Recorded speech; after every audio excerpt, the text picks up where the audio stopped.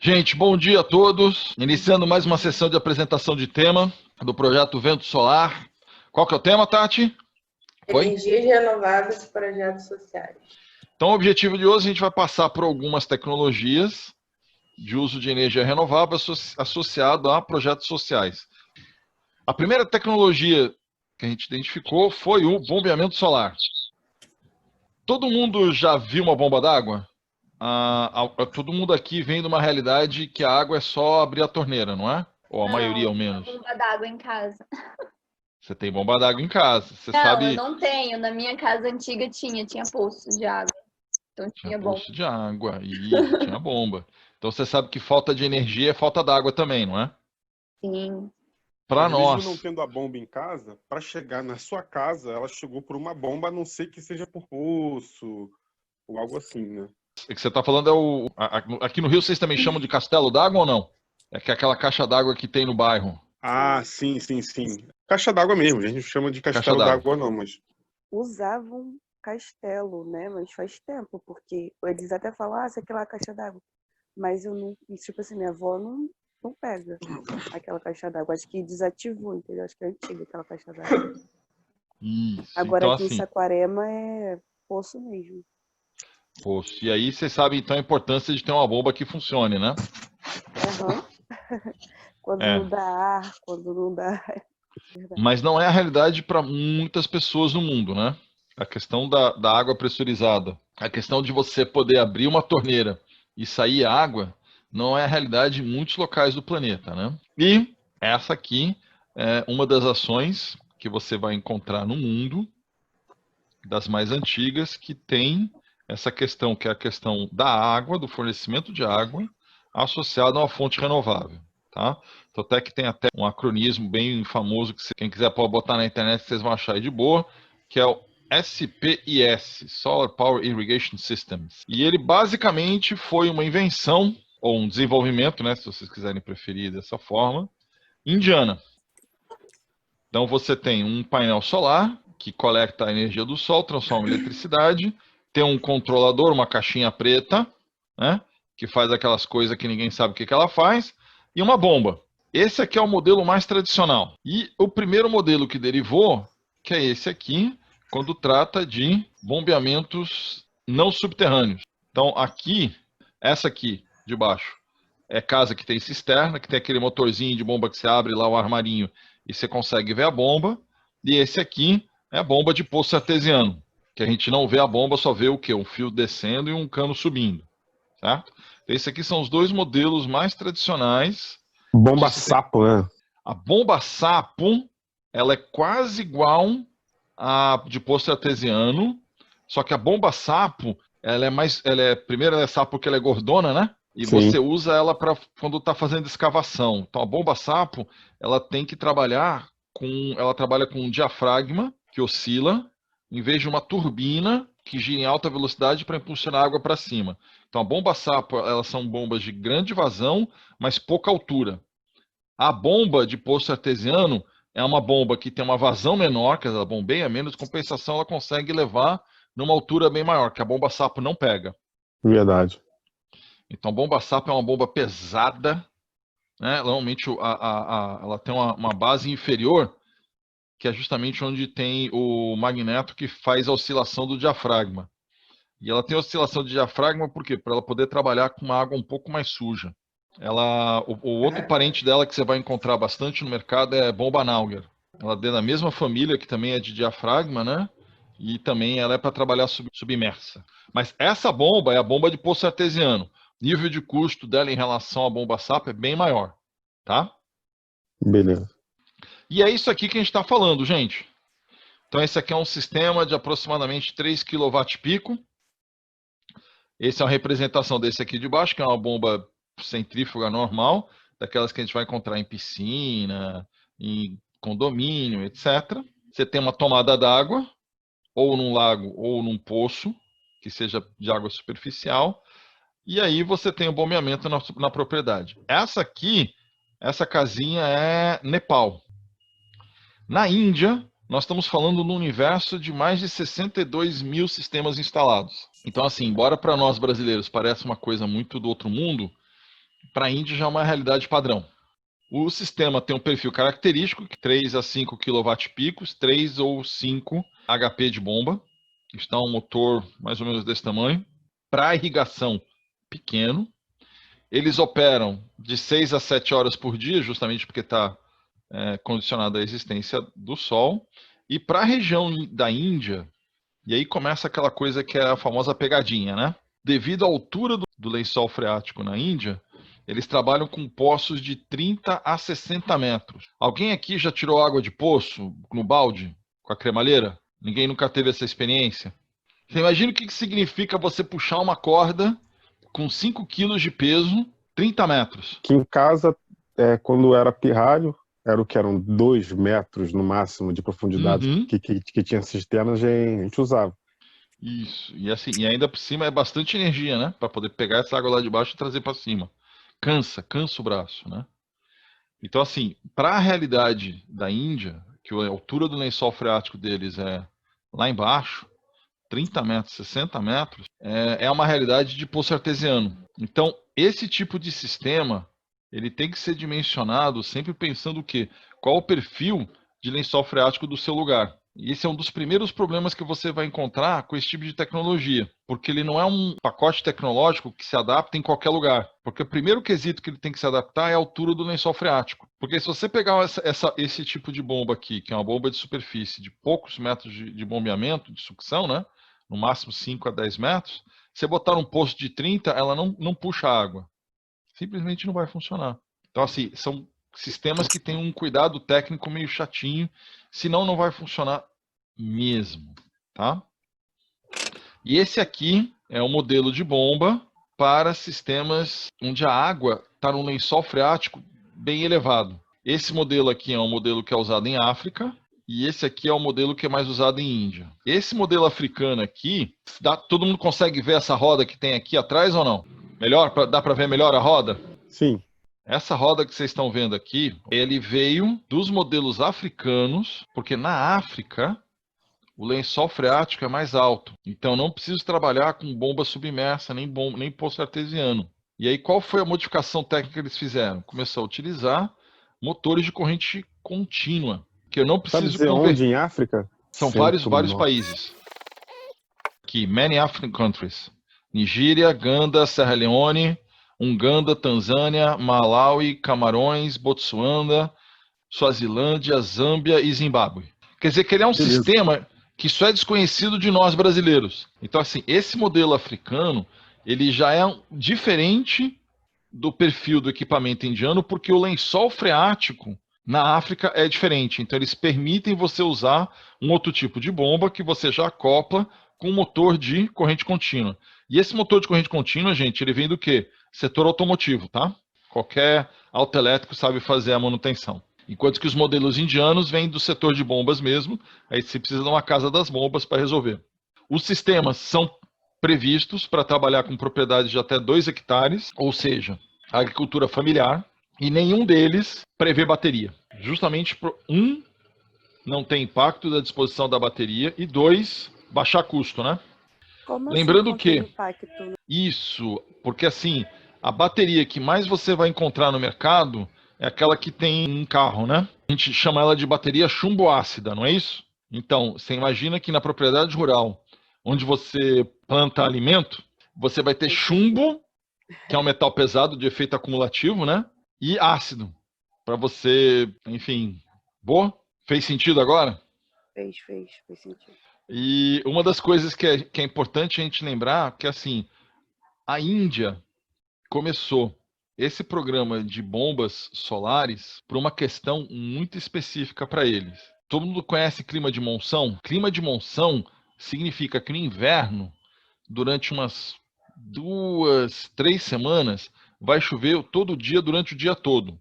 E no resto do ano não chove. Então, na região da Ásia, para você ter agricultura o ano todo, você precisa irrigar. É uma necessidade premente lá. E para a Índia em específico, 1 quarto da energia elétrica produzida no país estava sendo consumida em irrigação. E 1 a cada 10 litros de diesel também estava sendo usado em irrigação.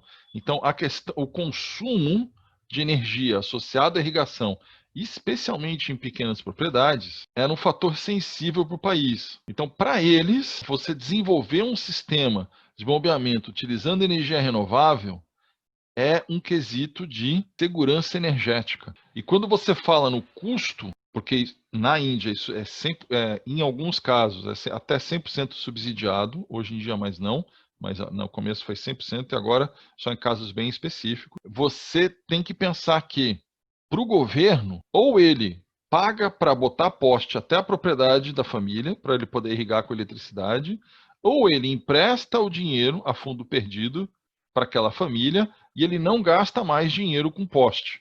E aí, o que vocês acham que fica mais barato? Pagar uma bombinha de 2, 4 cavalos ou estender poste até a propriedade com o risco de ter gato ao longo do caminho? Como governo, o que vocês acham que vocês fariam? Produção local, né? Produção de energia local. Isso. E zero de manutenção, né? Porque você passa a manutenção para a responsabilidade da família. É o negócio das Índias, né? É um negócio das Índias, porque assim, você tira a gestão do Estado do sistema, não é? Sim. E 2, o proprietário do sistema passa a ser o primeiro interessado a que ele funcione bem. Então, o cuidado, o carinho que as famílias vão tratar o sistema de bombeamento solar aumenta, né? Com certeza. Porque ninguém é dono do poste que está na rua, mas todo mundo reclama quando ele falha. Então, assim, é uma solução de empoderamento, mas também é uma questão de transferência de responsabilidade. E o Estado para de se preocupar com isso. Você fala assim, não, mas eu preciso de água para produzir, mas eu já te dei um sistema fotovoltaico de bombeamento. Agora, você que cuide da sua produção. Faz sentido em termos de política pública?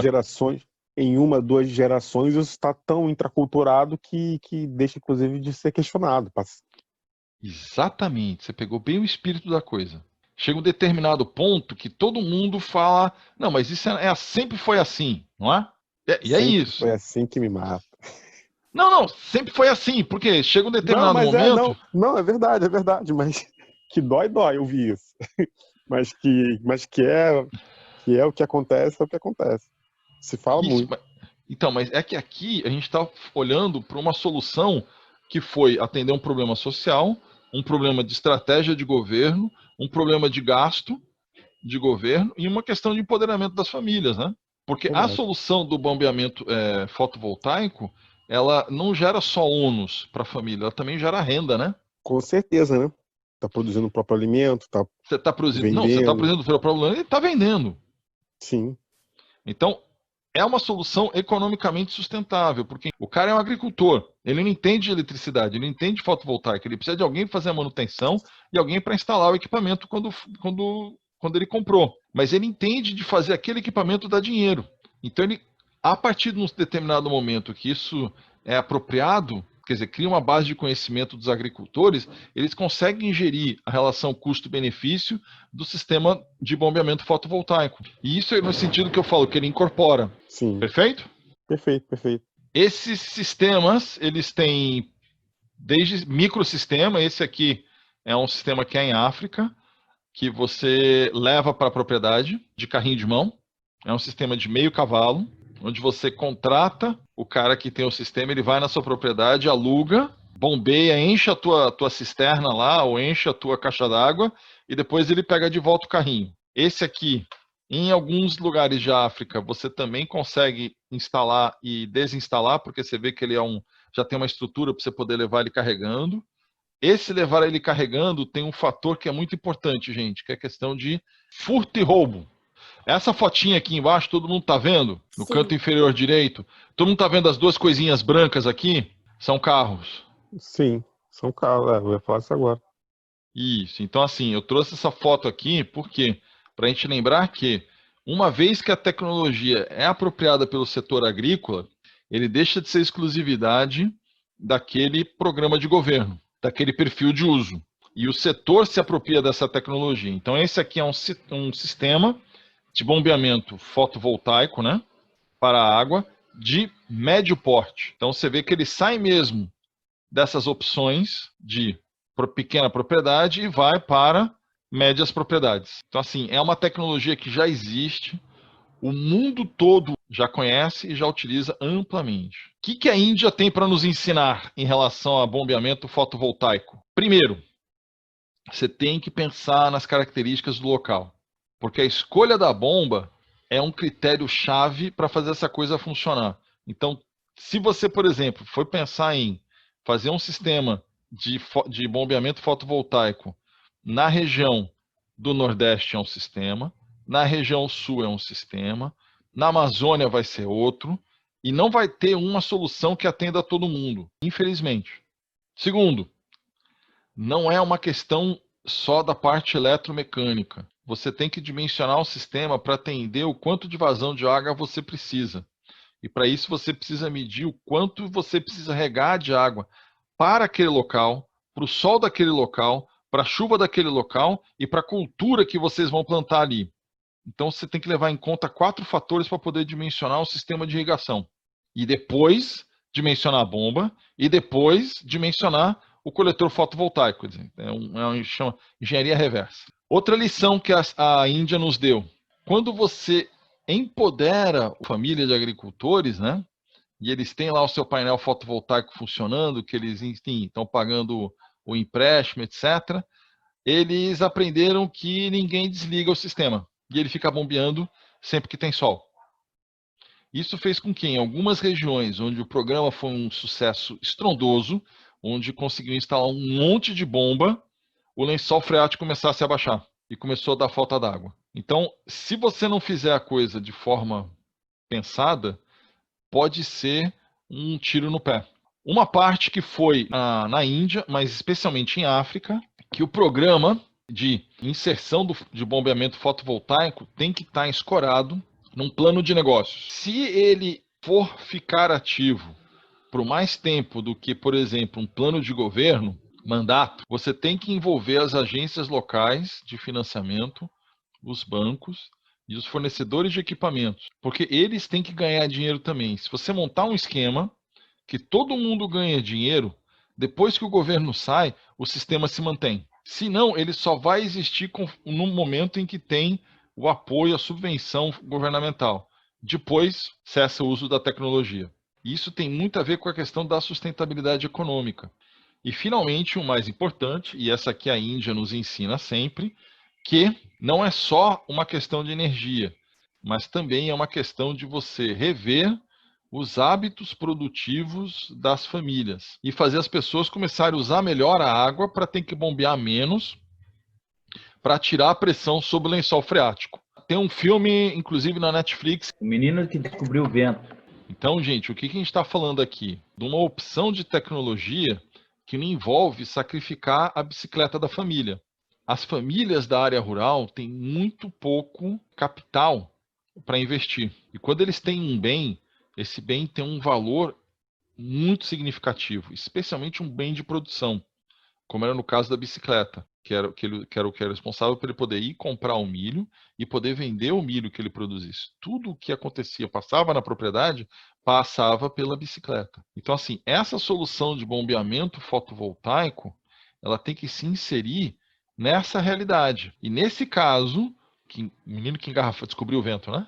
E o que ele coloca lá é a questão da apropriação da tecnologia, que é uma tecnologia que ele viu, foi lá e teve efeito São Tomé, que assim, ninguém acredita que o painel fotovoltaico funciona até ver a primeira lampadinha acender. E ele se apropriou daquela tecnologia para resolver um problema de falta d'água. E no filme, vocês vão ver que ele, na verdade, ele resolve o problema de falta d'água, mas não a irrigação, porque o sistema de irrigação dele é extremamente deficiente, que é por suco. Ele tem um alto gasto de quantidade de água. E é isso que é a principal lição dos sistemas indianos, que você deve começar com redução do consumo de água na produção agrícola, porque isso dá um efeito cascata de trás para frente até diminuir o tamanho do teu sistema de bombeamento fotovoltaico e com isso diminuir quanto ele custa e, portanto, aumentar a capacidade de investimento da família rural. Tu não pegou bem essa questão da escala de começar em gaste menos água que vai ser mais barato tudo? Tá entendido bem esse nexo? Você poderia, Marcos, você poderia citar um exemplo de como pode ser feito essa redução do consumo de água? Seria reaproveitando? Como, assim, uma medida em relação a isso? Então, isso aqui são sistemas de microaspersão, que ele, em vez de você usar um equipamento maior que pega uma área grande, você irriga só, por exemplo, no pé de laranja, ou irriga só na sua horta. E o outro, que é o gotejamento, onde você irriga praticamente a planta, né? Só a planta. Aqui no Brasil, esse aqui é o representante brasileiro das soluções de low cost para irrigação. Então, isso aqui é como ele fica, quer dizer, você estende o tubo, e aí onde tem a planta, você faz um furo. E para diminuir ou aumentar a vazão, é o tamanho dessa manga que você bota em volta do tubo preto. Então você bota uma manga bem comprida, a água vai demorar bastante tempo para sair do furo que está no meio até a borda, né? Então vai diminuir a quantidade de gota que vai caindo. E aí que você bota uma manga bem curta, aumenta a vazão. Manga bem longa, diminui a vazão. Esse sistema, que é o sistema Chique-Chique, ele trabalha com 4 a 5 metros de coluna d'água. Enquanto o microaspersão vai trabalhar, se eu bem me lembro, 5, 10 e 20 metros de coluna d'água. Quer dizer, é uma tecnologia já um pouco mais complicada. E aí você tem ainda coisas ainda mais low cost, que é quando você, por exemplo, usa a garrafa PET e coloca aquela torneirinha de equipamento de laboratório. Abre bem pouquinho, ela vai pingando ao longo de todo o dia. E aí você só enche a garrafa uma vez por dia, ou uma vez por semana, etc. Engraçado, Perfeito? as plantas estão no hospital. Então, é quase isso, porque você tem que entender que ela está numa situação extrema. Então você tem que cuidar dela como se ela estivesse no hospital. Porque qualquer descuido, qualquer dia que você esqueça de colocar água, amanhã ela já está seca. Tá? Essa aqui é uma cotação que eu vi, mas eu não gostei muito dela. Deixa eu ver se a gente consegue pegar aqui uma. Eu achei muito caro. Tem que ter um preço melhor. Alibaba! Nada é mais barato que Alibaba. Ah, esse já está um preço melhor. Esse aqui, gente, é um típico sistema de bombeamento fotovoltaico para poços artesianos. Você pode ver aqui, por exemplo, ele vai atingir um poço de, no máximo, 16 metros de profundidade. Quer dizer, ele só consegue bombear a água daqui até 16 metros. Então, se o poço tem 10 metros, a sua caixa d'água tem que ter no máximo 6. E custa aproximadamente $165 na China. Tem o famoso, coloque seu CEP aqui para calcular o frete. Então, assim, em termos de preço, esse é o nosso universo. $165. Isso dá, para o Brasil, R$700 custo de equipamento. R$700 para uma família de baixa renda, fora transporte e fora instalação, não é um custo pequeno. Então, assim, é um custo bem significativo a parte de equipamento. Fechamos? E aí, para finalizar, eu trouxe isso aqui porque a gente estava olhando e eu não resisti de trazer para vocês. Sistema de irrigação por pivô central alimentado por fotovoltaico. E o primeiro no mundo é o Brasil. Estão vendo essa área aqui redondinha? Aham. Isso é o sistema de pivô central, gente. Sistema de irrigação para grandes áreas e monocultura, produção intensiva agrícola. Todo mundo está vendo aqui a área do pivô, né? Sim. Todo mundo está vendo aqui os painéis e está vendo aqui a casinha, certo? Só dá um Essa é a casinha e isso é um carro, ok? O carro está aqui. Isso é a área irrigada. Dá para ver essas imagens por satélite, né? Inclusive. Quando você olha no Google Earth, você vê que parece que a Terra está com alguma doença que parece umas bolotas. Cada bolota dessa é isso aí. E essa bolota é alimentada por energia fotovoltaica. Então, assim, eu queria fechar com essa aqui para vocês verem que, de fato, é uma tecnologia que hoje em dia está tão em voga, fez tanto certo, né, para a área agrícola, que até para sistemas de grande porte o pessoal está adotando, inclusive aqui no Brasil, que é o primeiro no mundo, né? Achei isso tão legal. É bem grande, é tudo assim, pequeno, médio, grande, gigantesco, né? É bem legal. Fechamos? Alguma dúvida sobre fotovoltaico para irrigação? E que é possível, sim, você ter energias renováveis, no caso, inclusive a fotovoltaica, em programas de ação social, tá?